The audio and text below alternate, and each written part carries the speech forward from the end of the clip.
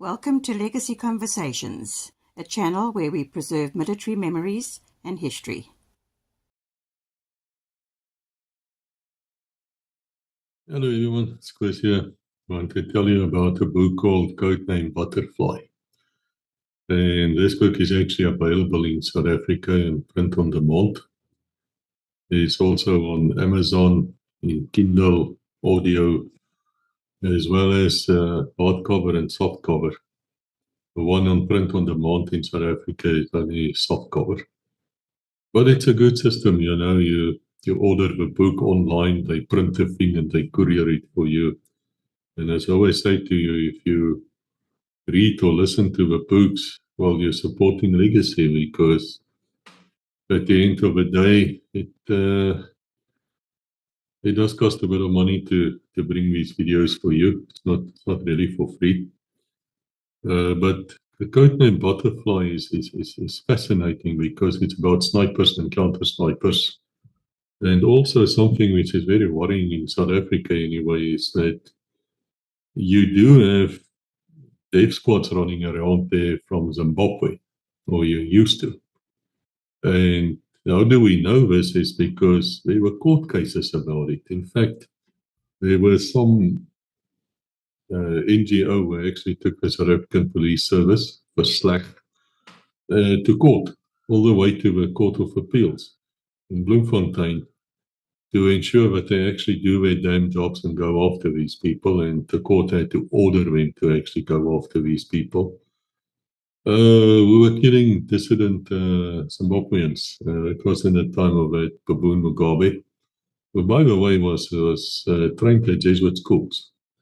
And he's also the only known man, which we know about, where the current Pope, Francis, where he actually bows down first towards Mugabe.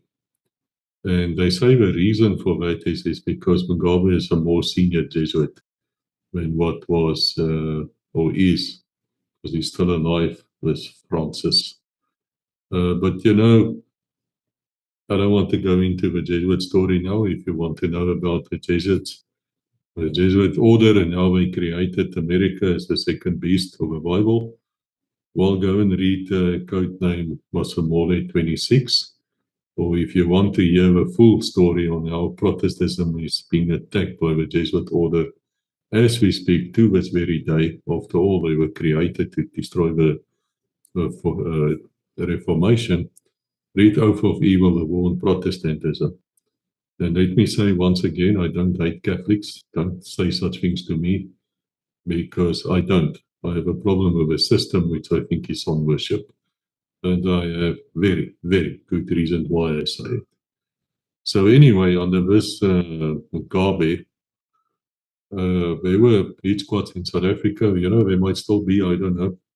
And they would kidnap people, torture people, and also kill them. And so in the book, which is fictionalized, because it was a training exercise, didn't actually happen, just a training exercise. The idea was that one of these Zimbabwean hate squads would try and assassinate the South African president. Now, I say in many books that to assassinate the president is a utter waste of time and nonsense. Can't see why any president should ever be actually be assassinated, because he'll just be replaced by another Turk. You know, it makes no difference. It's not, they're not important. You know, they're really not important people. We're all controlled, and there's nothing special about him at all. But anyway, many people think we're special, and therefore there is, you know, security teams around them, and the teams are actually quite good. But none of them, not a single one of them, is geared to defend against special forces people like a hate squad would be. Snipers to prevent the attack from going through. Normally, you have like a single shooter, like we saw with Donald Trump, who survived by the luck of the devil. He should not have survived that day. So many mistakes. You have to think he was set up. But we did make an episode on that, of course, which is very interesting. Go and look at it if you want to know more. But it won't really work. We're not geared to defend themselves against a dedicated team. Against a lone wolf, a guy who just grabs a rifle and he's going to be the hero. Yeah, we're quite good against them, but that's not the threat in this book. In this book, we go all the way. We say there's an actual ex-special forces team was coming after the president. And of course, to do that, you need to protect him and you need to put your counter snipers in place. So the book is about sniping, and like all the GMJ books, you will read a lot of history. We really went into the history of sniping, where it comes from, the weapons used, the different tactics. It's like in another book, I think it's Codename Wrangler, I actually said straightforward that this rush attack or rush defense, or they call close and destroy, or the US Secret Service, Mickey Mouse, that they will employ against the guy where basically, and you saw that's a little bit of it there with the Trump attempt, is where they would try to rush the guy who was shooting. In other words, they would get the target, the president, away or surround him, and then they would form a line, almost like a skirmish line, and then they storm this guy shooting all the time, US Marine style. Oh, shame. Oh, shame. That will work against a lone gunman. It might work against a trained team. No, no. Go and read the codename Pouvoir Angelique. It's a French name. It means for Angelique. It's a book is written in English. It's not in French, but there's a reason why I called it that, Pouvoir Angelique, where I actually describe an incident where this first tactical base is defeated. And I did that to war. They say, guys, your tactics are known. There's nothing special about you. There's nothing special about your tactics. I mean, it can be overcome. And it was in that book. But in this book, Codename Butterfly, we go a bit further because there's something which we discovered, which was demonstrated to me some years ago, and which I reveal in the book. I think it's the only book in the world that actually reveals this method. Is it still in use today? Yeah, I think it is. And it has to do with a laser dot sight. Now I have one here. There's a laser. Now, when you shoot as a sniper, you can either be in a team or you can be alone. But let's say you're in a team, so you have your spotter who's going to spot for you, and then you have yourself who's shooting. Now, it can be both. It doesn't matter. It's immaterial, but mostly you do want to know the range. So they have a range spotter there, and what the range spotter is basically a laser dot sight which goes out, and then it marks whatever your target is. You flash it with it. Of course, you can't see this one. You can see now, but it's not necessarily that you will be able to see that one. And then you get the range. You just ping it, and the range will say, okay, it's 326 yards and 7 inches or whatever it is. But then you adjust your scope and you shoot.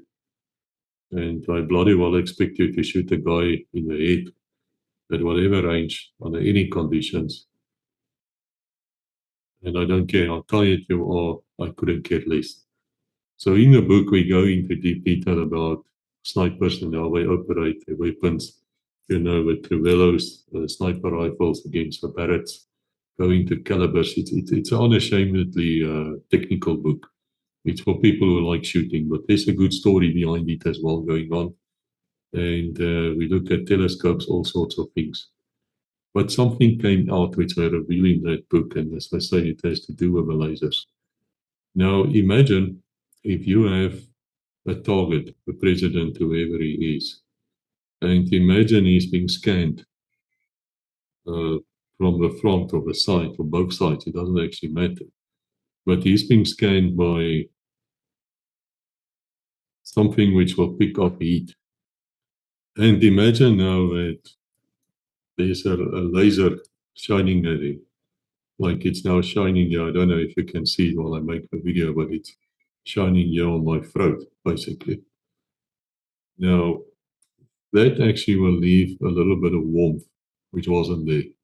So if you scan a guy with these machines, even at a distance of, say, 10 yards, you'll be able to pick up the different heat spots. So in other words, that laser will leave a mark on the body, even if it's there only for a few seconds or half a second, because it's heat. That's what the laser is, it's heat. Now that is a scientific theory behind what I reveal in the book. And if you look at that laser, and the laser itself, the heat signature it leaves will change. Because if you take a laser and you look at it like this, right at eye level, I hope you can see it, then it looks in a certain way. The moment you angle it down, it becomes oblong, it changes shape. You go up, it changes shape. You go left, it changes shape. You go right, it changes shape. Therefore, it is possible to work out through computers and I suppose a bit of AI within seconds where that ping is coming from.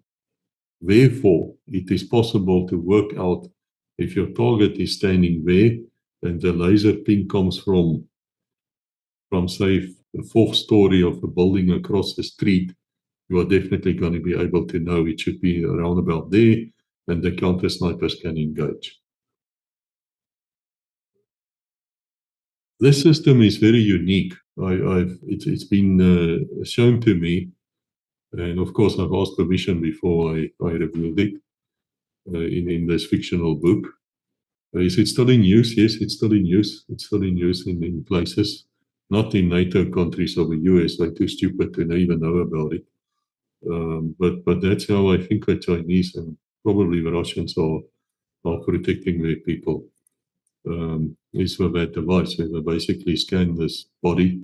They pick up a the laser rangefinder.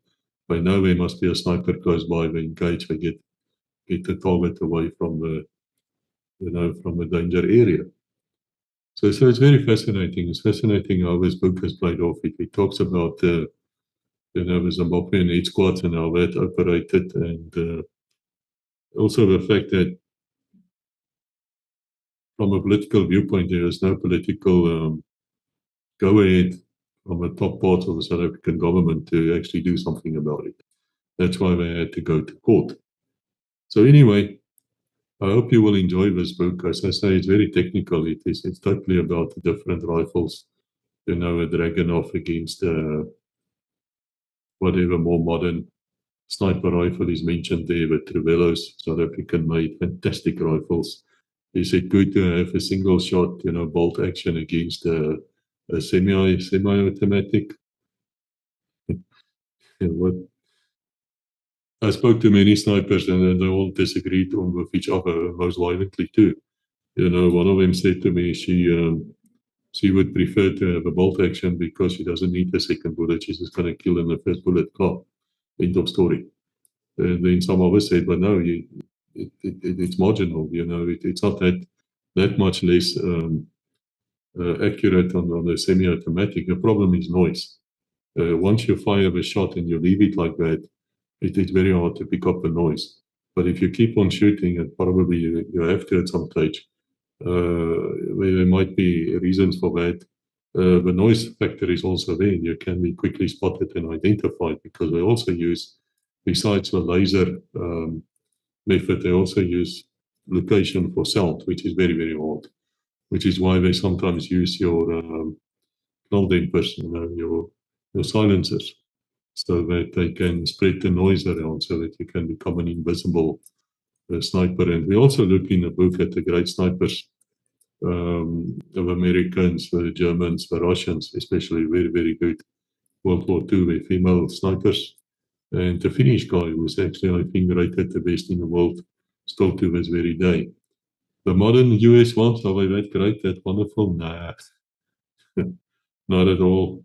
Not at all.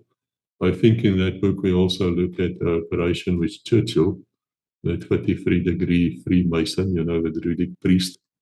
The one I tell you is just a shyster who got lucky. We also talk about him where he actually sent people to go and kill Hitler. They would have used snipers. Yeah, they would have tried to do the Berghof. Never happened. They never got close enough, as far as I know. It's fascinating history in these books. But okay, that's it, guys. If you want to read this book, just get hold of it. There's links in the description, so links are there. Or just get hold of me. I'll be able to tell you where you can find it. As I always say, if you support the books, you support the channel. We're most grateful to you. Thank you for listening this far, and God bless until we meet again.